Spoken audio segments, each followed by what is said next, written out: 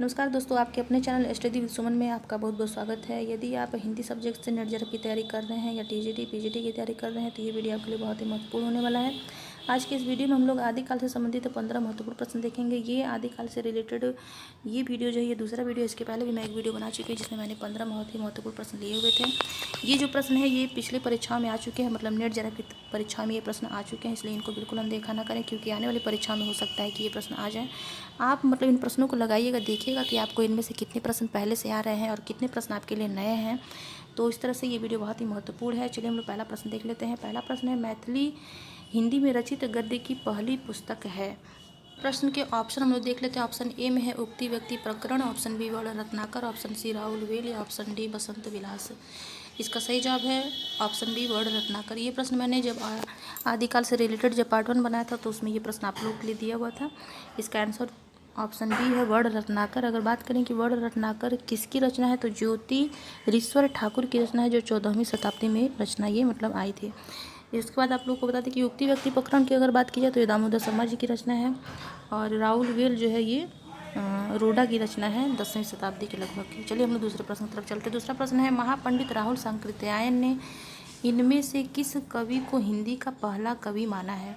Option A Swayambhu, option B Sarahapa, option C Pushpadant, option D Gorakhnath. शायद आप लोग को इसका आंसर मालूम हो, इसका आंसर होगा ऑप्शन बी सरहपा। प्रश्न नंबर 3 पे चलते हैं। प्रश्न नंबर 3 है, निम्नलिखित रचनाओं को उनके रचनाकारों के साथ सम्मिलित कीजिए। आप लोग देख सकते हैं ए नंबर पे लिखा है जय मयंक जस चंद्रिका, और फिर बी पर है पृथ्वीराज रासो, सी श्रावकाचार और डी नेमिनाथ रास। तो आपको बता दें कि जय मयंक जस चंद्रिका जो है वो ऑप्शन आप लोग 2 में देख रहे होंगे, मधुकर कवि की रचना है। पृथ्वीराज रासो सबको मालूम है, ऑप्शन 4 में लिखा हुआ है चंद्रबरदाई। श्रावकाचार देवसेन की रचना है और नेमिनाथ रास जो है सुमति गढ़ी की रचना है। सारी रचनाएं बहुत ही महत्वपूर्ण हैं। चलिए अब हम लोग प्रश्न नंबर 4 पे चलते हैं। प्रश्न नंबर 4 है, पंडित सौल सत बखाड़ई देहई बुद्ध बसंत न जाने। ये एक पंक्ति है और इस पंक्ति के रचनाकार को बताना है कि इस पंक्ति के रचनाकार कौन है। पंक्ति से रिलेटेड अक्सर प्रश्न बनते हैं। ये जो अब तक मैंने जितने भी प्रश्न बताए यानी 1 से लेकर 4 तक, ये सारे प्रश्न 2015 में आ चुके हैं। और इसके चलिए हम लोग इस प्रश्न का ऑप्शन देख लेते हैं। ऑप्शन ए में है Sarahapa, option B Kadhapa, option C Sabaripa, option D Nagarjuna. इसका राइट आंसर है ऑप्शन ए सरहपा।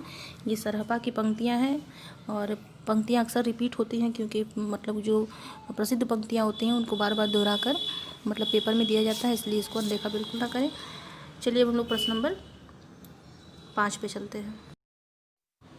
प्रश्न नंबर 5 है दोस्तों, आध्यात्मिक रंग के चश्मे आजकल बहुत सस्ते हो गए हैं। आचार्य रामचंद्र शुक्ल का यह कथन निम्नलिखित में से किस कवि के संदर्भ में है। Option A Bihari, option B Vidyapati, option C Matiram या ऑप्शन डी भिखारी दास। इसका जो राइट आंसर है वो है ऑप्शन बी विद्यापति। आप लोग को मालूम ही होगा कि विद्यापति आदिकालीन कवि हैं, लेकिन आप लोग देख सकते होंगे ऑप्शन ए में बिहारी, फिर सी मतीराम, डी भिखारी दास। ये तीनों ही जो कवि हैं ये रीतिकालीन कवि हैं। और इसका ये जो परिभाषा है कि आध्यात्मिक रंग के चश्मे आजकल बहुत सस्ते हो गए, ये आचार्य रामचंद्र जी की परिभाषा है। लेखकों को भी पूछ लेता है कि मतलब कि किसकी परिभाषा है, या फिर अब ये इसमें ये पूछा गया है कि ये परिभाषा किसके लिए कही गई है, तो आपका आंसर होगा विद्यापति के लिए। प्रश्न नंबर 6 देख लेते हैं। प्रश्न नंबर 6 है, राजमती इनमें से किस काव्य कृति की नायिका है। पात्रों से भी रिलेटेड प्रश्न बनते हैं। ऑप्शन ए कीर्ति पताका, option B Alha Khand, option C Bisaldev Raso, option D Prithviraj Raso. इसका राइट आंसर है ऑप्शन सी बिसलदेव रासो। बिसलदेव रासो में राजमती नायिका हैं। अब बता दें कि बिसलदेव रासो किसकी रचना है, नरपति नाल की रचना है। आगे आप लोग देख सकते हैं कीर्ति पताका विद्यापति जी की रचना है। आल्हा खंड परमाल रासो का एक हिस्सा है और परमाल रासो की रचना किसने की है, जगनिक ने। फिर आप लोग देख सकते हैं पृथ्वीराज रासो, ये तो सभी को मालूम है कि ये चंद्रबरदाई जी की रचना है। ये जो 6ठा नंबर का प्रश्न ये भी 2015 में आ चुका है। चलिए हम प्रश्न नंबर 7 देख लेते हैं। प्रश्न नंबर 7 है दोस्तों, पुष्पदंत की प्रबंध रचना है। पुष्पदंत की प्रबंध रचना मतलब इनमें से कौन सी है। ये सारी ही रचनाएं मतलब पुष्पदंत जी की है और इसमें से एक रचना जो है वो प्रबंध रचना है। चलिए देख लेते हैं। रिठड़ेमी चरियु, रय कुमार चरियु, ऑप्शन सी में है भविष्यत कहा, ऑप्शन डी पौन चरियु। अब इनमें से बताना है कि पुष्पदंत की प्रबंध रचना कौन है। तो इसका राइट आंसर है ऑप्शन बी, रय कुमार जरियू। बहुत ही महत्वपूर्ण है, परीक्षाओं में अक्सर बन चुका है और ये जो प्रश्न है ये दिसंबर 2014 में आ चुका है। प्रश्न नंबर 8 देख लेते हैं। जन्म अवधि हम रूप निहारल नयन न तिरुपति भेल। ये जो पंक्तियां हैं पूछा गया है कि इन काव्य पंक्तियों के रचयिता कौन है। ऑप्शन ए में है विद्यापति, ऑप्शन बी हित हरिवंश, ऑप्शन सी रसखान या ऑप्शन डी मीराबाई। इसका जो राइट आंसर है वो ऑप्शन ए है, यानी कि विद्यापति की ये पंक्तियाँ हैं। और चलिए हम प्रश्न नंबर 9 देख लेते हैं। प्रश्न नंबर 9 है दोस्तों कि खंड भाषा पुराणम च कुरानम कथितम मया। भाषा के संबंध में यह पंक्ति किस कवि की है। Option A Jagnik, option B Narpati Nal, option सी चंद्रबरदाई या ऑप्शन डी अब्दुल रहमान।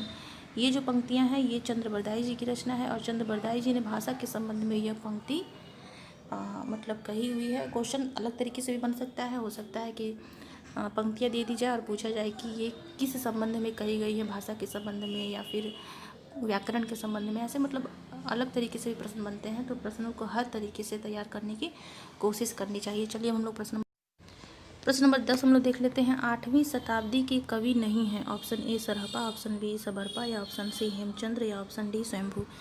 इसका जो सही जवाब है वो ऑप्शन सी में है, हेमचंद्र। यानी कि हेमचंद्र जो है वो 8वीं शताब्दी के नहीं हैं, ये 10वीं शताब्दी के कवि हैं।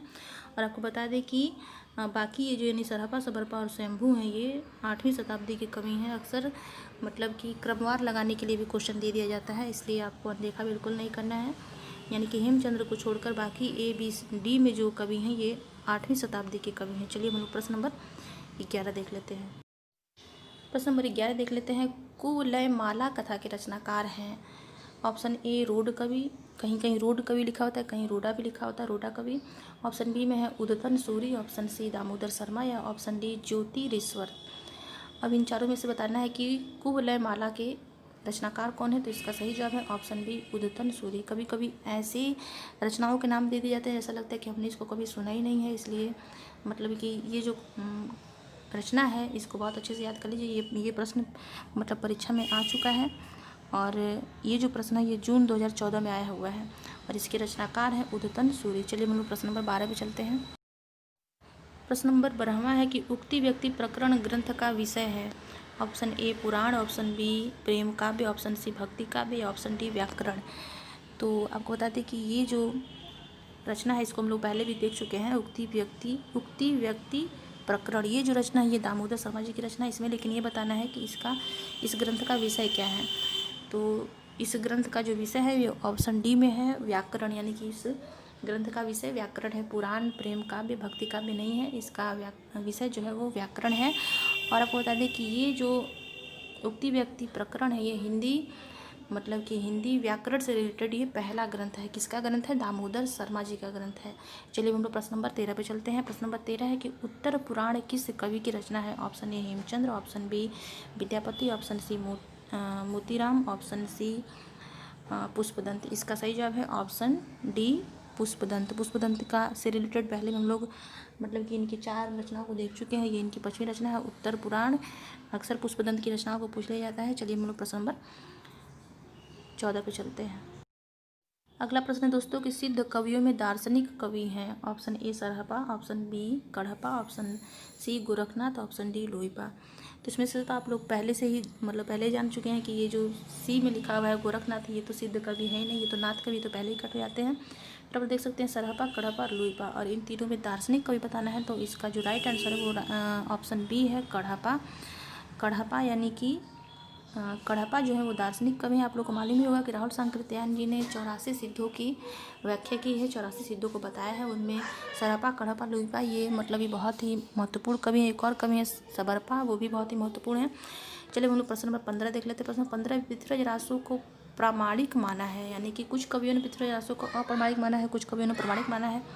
तो हमको ये बताना है कि मतलब कि इन चारों कवियों में से कौन से ऐसे कवि हैं जो पृथ्वीराज रासो को प्रमाणिक मानते हैं। ऑप्शन ए में है आचार्य रामचंद्र शुक्ल, ऑप्शन बी गौरीशंकर हीराचंद्र ओझा, ऑप्शन सी डॉक्टर श्याम सुंदर दास या ऑप्शन डी डॉक्टर गुलर। इसका जो राइट आंसर वो ऑप्शन सी में है। डॉक्टर श्याम सुंदर दास जी ने पृथ्वीराज रासो को प्रमाणिक मतलब कि रचना माना है। अन्य 3 जो है इन तीनों लोगों ने इसे अप्रमाणिक माना है।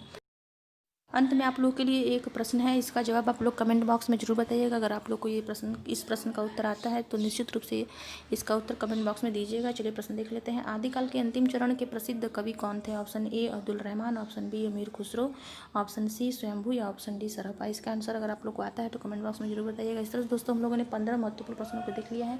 ये ऐसे प्रश्न थे जो पिछले नेट जेआरएफ की परीक्षाओं में आ चुके थे। और आपको बता दें कि अगर आपने अब तक मेरे चैनल को सब्सक्राइब नहीं किया है तो मेरे चैनल को जरूर सब्सक्राइब करें, बेल आइकन को प्रेस करें ताकि कोई मैं नया वीडियो बनाऊँ तो उसका नोटिफिकेशन आपको मिल जाए। अगर मेरा वीडियो आपको पसंद आया हो तो इसे लाइक करें, अपने दोस्तों में शेयर करें। फिर मिलेंगे ऐसी उपयोगी वीडियो के साथ। धन्यवाद।